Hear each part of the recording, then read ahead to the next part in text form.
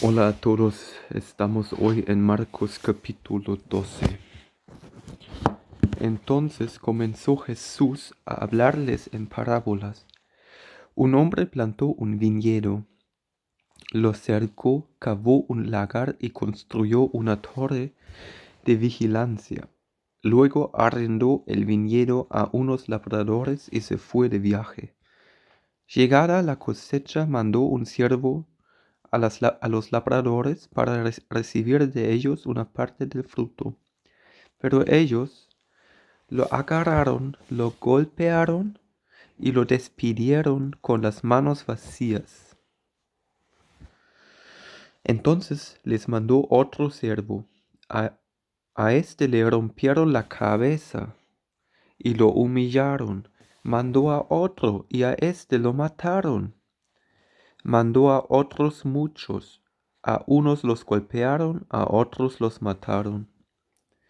Le quedaba todavía uno, su hijo amado. Por último lo mandó a él, pensando: a mi hijo sí que lo respetarán. Pero aquellos labradores se dijeron unos a otros: este es el heredero, matémoslo y la herencia será nuestra. Así que le echaron mano y lo mataron y lo arrojaron fuera del viñedo. ¿Qué hará el dueño? Volverá, acabará con los labradores y dará el viñedo a otros. ¿No habéis leído esta escritura? La piedra que desecharon los constructores ha llegado a ser la piedra angular. Esto es obra del Señor y nos deja maravillados. Cayendo en la cuenta de que la parábola iba dirigida contra ellos, buscaban la manera de arrestarlo, pero temían a la multitud, así que lo dejaron y se fueron. Aquí tenemos la parábola de los labradores malvados. Tenemos a un hombre que plantó un viñedo, es Dios Padre. Y el Padre en el cielo mandó muchos profetas a la tierra de Israel. Israel es el viñedo y los labradores son los israelitas.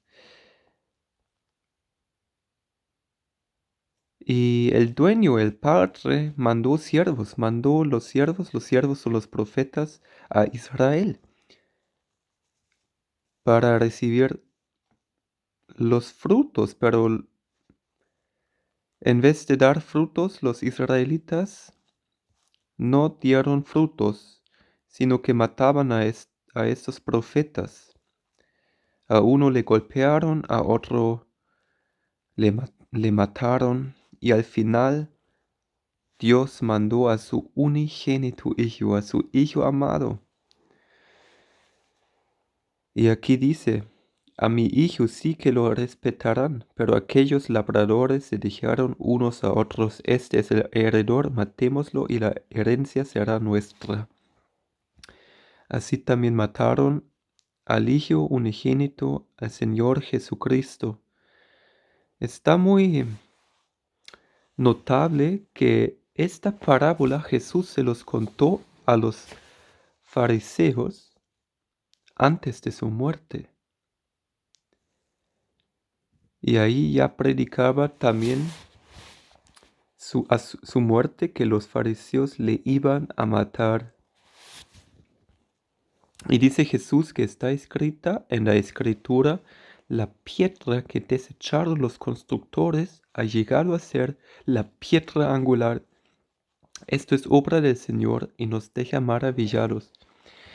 Este versículo está escrito en Salmos 118, versículos 22 y 23.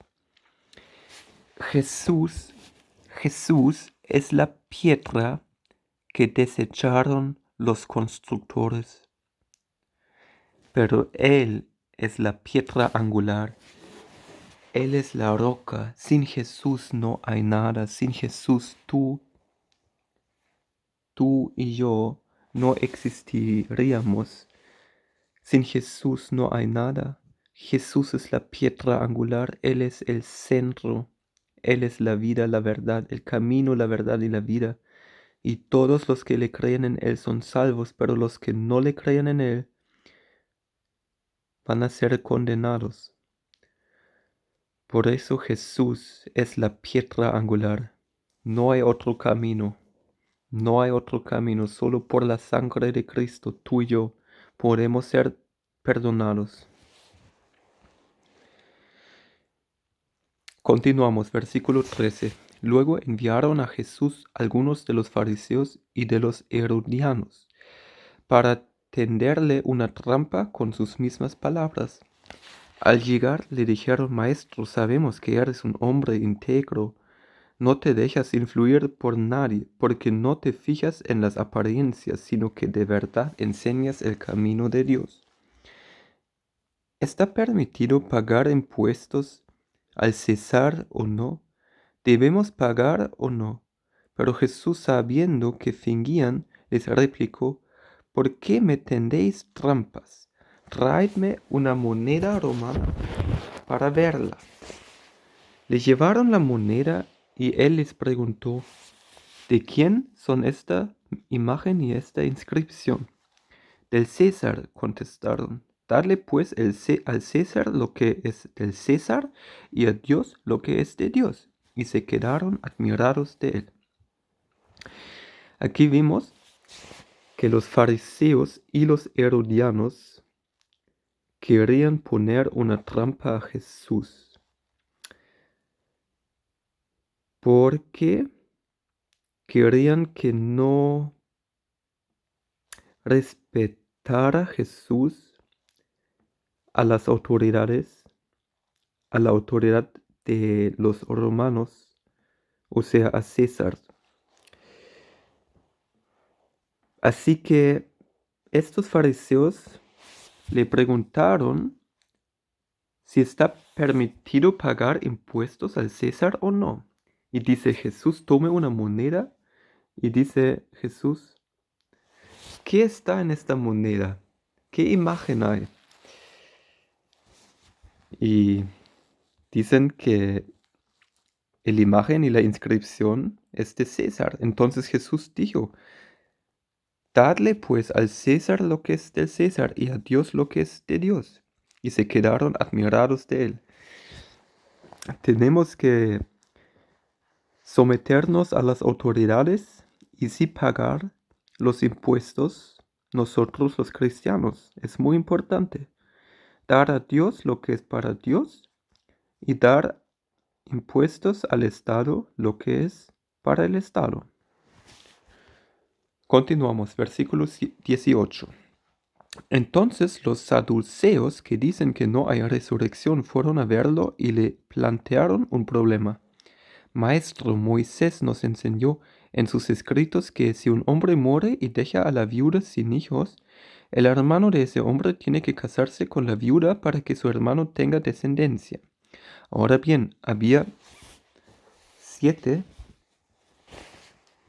hermanos. El primero se casó y murió sin dejar descendencia. El segundo se casó con la viuda, pero también murió sin dejar descendencia. Lo mismo le pasó al tercero, en fin, ninguno de los 7 dejó descendencia. Por último murió también la mujer. Cuando resuciten, ¿de cuál de ellos será esposa esta mujer, ya que los 7 estuvieron casados con ella?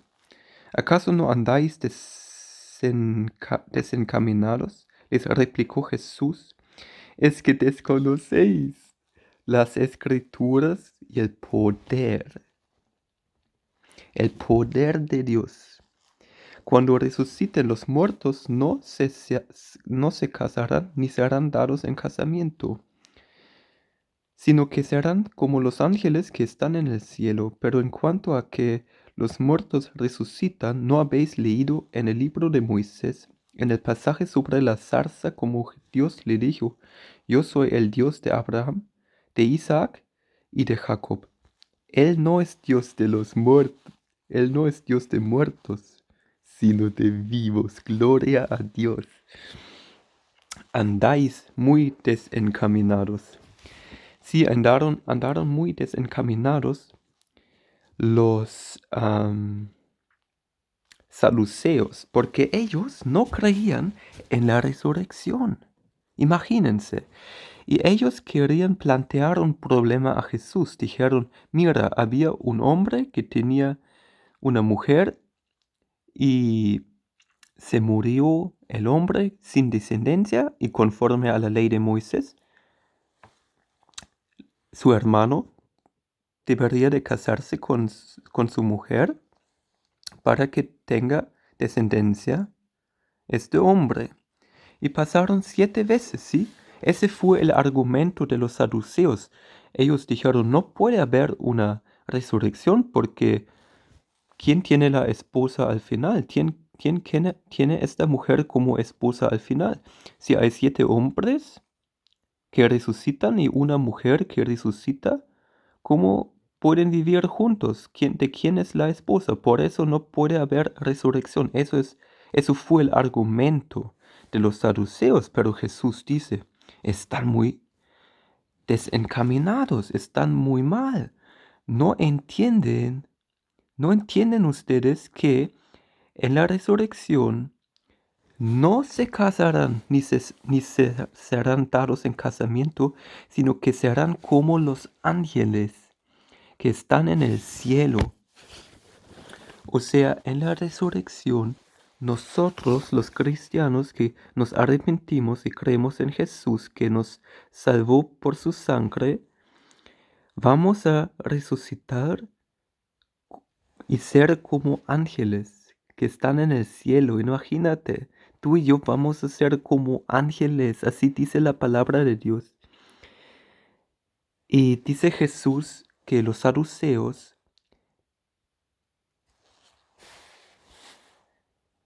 estaban desencaminados también porque no reconocieron el poder de Dios. El poder de Dios, imagínate, la resurrección tiene gran poder porque Jesús, por el Espíritu Santo, al tercer día resucitó. Igual nosotros los cristianos vamos a resucitar al tercer día. Vamos a resucitar cuando suene la trompeta. Vamos a resucitar igual como Jesús resucitó al tercer día. Gloria a Dios. Es un gran poder el que tiene Dios. Y la palabra dice, Dios no es Dios de muertos. Dios es Dios de vivos. Porque cuando Moisés estaba en la zarza, Dios dijo, yo soy el Dios de Abraham, de Isaac y de Jacobo. ¿Y cómo puede Dios decir esto? Yo soy el Dios de Abraham, de Isaac y de Jacob, si no hubiera resurrección, porque Abraham, Isaac y Jacob ya estaban muertos cuando hablaba Moisés con Dios. Entonces, cuando Dios dijo, yo soy el Dios de Abraham, de Isaac y de Jacob, Él ya dijo que es un Dios de los vivos, que hay una resurrección, ¿sí? Continuamos en versículo 28. Y esto es una gran esperanza para nosotros, que vamos a resucitar en este mundo. No hay nuestra esperanza. Nuestra esperanza está en Jesús, en el cielo, porque Jesús pagó mi precio. Pagó tu precio si tú le crees, si tú te arrepentiste ya de tus pecados con todo tu corazón. Cuando tú le crees, salvo eres, salvo soy, gracias a Dios. Y vamos a resucitar, vamos a estar con nuestro Dios. Aleluya, imagínate. Continuamos en versículo 28. Uno de los maestros de la ley se acercó y los oyó discutiendo. Al ver lo bien que Jesús les había contestado, le preguntó, de todos los mandamientos, ¿cuál es el más importante? El más importante es, oye Israel, el Señor nuestro Dios es el único Señor. Contestó Jesús, ama al Señor tu Dios con todo tu corazón, con toda tu alma, y con toda tu mente y con todas tus fuerzas. El segundo es, ama a tu prójimo como a ti mismo. No hay otro mandamiento más importante que estos. Bien dicho, maestro, respondió el hombre. Tienes razón al decir que Dios es uno solo y que no hay otro fuera de él. Amarlo con todo el corazón, con todo el entendimiento y con todas las fuerzas y amar al prójimo como a uno mismo es más importante que todos los holocaustos y sacrificios. Al ver Jesús que había respondido con inteligencia, le dijo, no estás lejos del reino de Dios. Y desde entonces nadie se atrevió a hacerle más preguntas. Gloria a Dios. Ahí tenemos un hombre, un maestro de la ley, que se acercó a Jesús. Y él preguntó qué es el mandamiento más importante. Y Jesús dice, oye Israel, el Señor nuestro Dios es el único Señor. Es el único Señor. No puede haber otros señores en tu vida y en mi vida. Si hay un otro Dios en tu vida o en mi vida, tenemos que arrepentirnos de corazón y pedirle perdón a Jesús. Yo no sé, yo no te conozco a ti, pero si hay algo en tu corazón que es otro Señor que el Señor Jesucristo en tu vida, o si hay algo que está en mi corazón que no está bien, tengo que arrepentirme, tenemos que arrepentirnos, porque solamente puede haber un solo Dios en nuestras vidas, el Señor Jesucristo. Amén. Y tenemos que amarle con todo corazón, alma, con toda la mente y con todas las fuerzas y amar a nuestro prójimo como a nosotros mismos. Y dijo Jesús cuando vio que este maestro de la ley contestó bien, él dijo que no está lejos del reino de Dios. Gloria. Continuamos, versículo 35. Mientras enseñaba en el templo, Jesús les propuso, ¿cómo es que los maestros de la ley dicen que el Cristo es hijo de David? David mismo, hablando por el Espíritu Santo, declaró, dijo el Señor a mi Señor, siéntate a mi derecha hasta que ponga a tus enemigos debajo de tus pies. Si David mismo lo llama Señor, ¿cómo puede ser su hijo? ¿Cómo puede ser su hijo? La muchedumbre lo escuchaba con agrado. Como parte de su enseñanza, Jesús decía, guardaos de los maestros de la ley. Les gusta pasearse con ropas ostentosas y que los saluden. En las plazas, ocupar los primeros asientos en las sinagogas y los lugares de honor en los banquetes. Se apoderan de los bienes de las viudas y a la vez hacen largas plegarias para impresionar a los demás. Estos recibirán peor castigo. Ahí vemos que Jesús enseñaba en el templo, ¿sí? Y él les pone una pregunta. ¿Cómo es que los maestros de la ley dicen que Cristo es hijo de David? David mismo, hablando por el Espíritu, declaró, dijo el Señor a mi Señor, siéntate a mi derecha hasta que ponga a tus enemigos debajo de tus pies. David, el rey David, dijo, él declaró, dijo el Señor a mi Señor, o sea, dijo el Señor, Dios Padre, a mi Señor, al Señor Jesucristo, siéntate a mi derecha hasta que ponga a tus enemigos debajo de tus pies.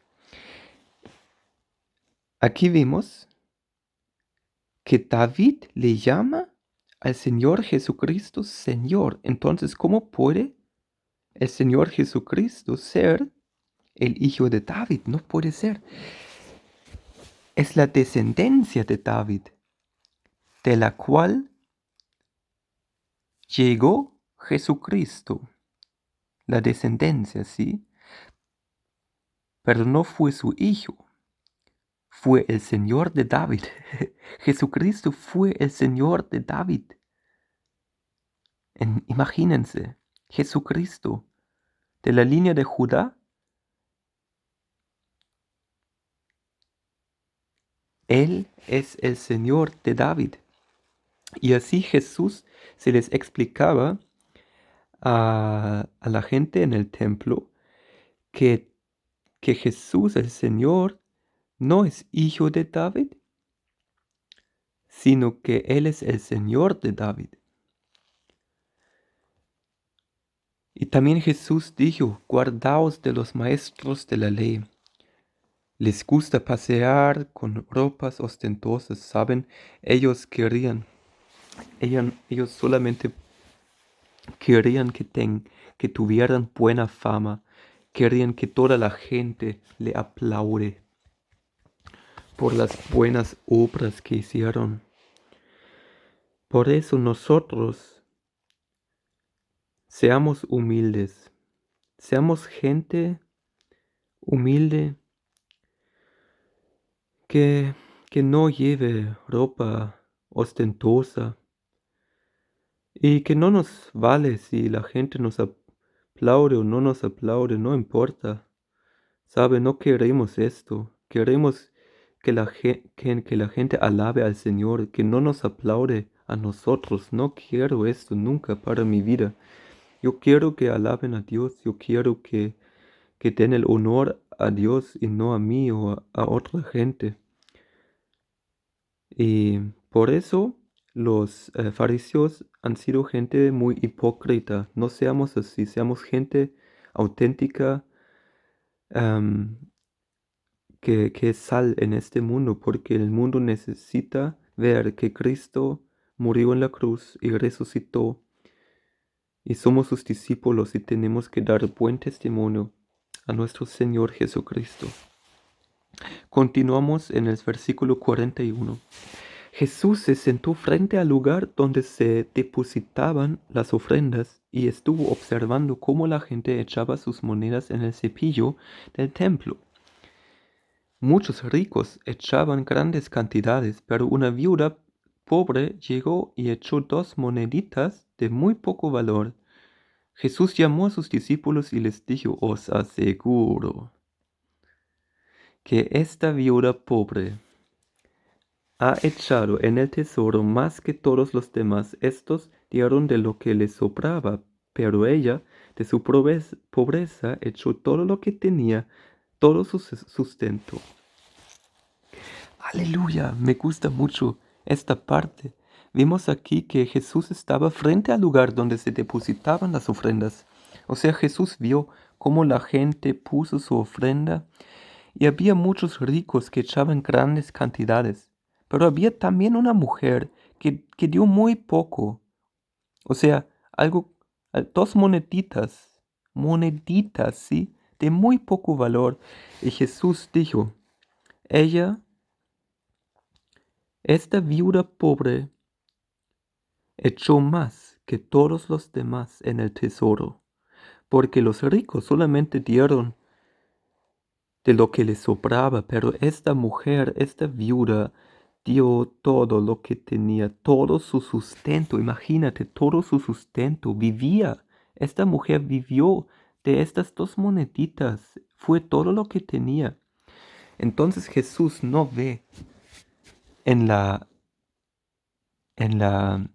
lo físico, en la experiencia física o lo que está fuera, sino Jesús mira directamente con sus ojos en los corazones. Gloria a Dios.